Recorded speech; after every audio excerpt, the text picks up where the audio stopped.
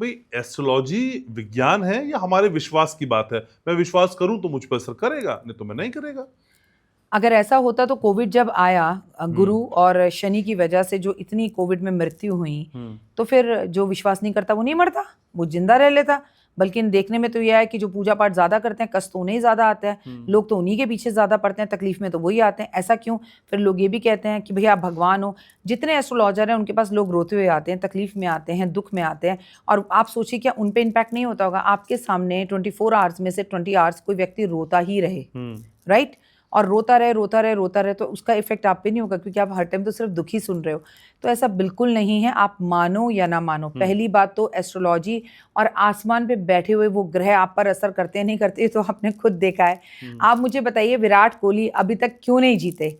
9 number पर आने पे ही क्यों जीते? उनकी जर्सी का नंबर ही 9 क्यों था? उस दिन 18 ही क्यों था? और उस दिन वो 18वां ही मैच क्यों था?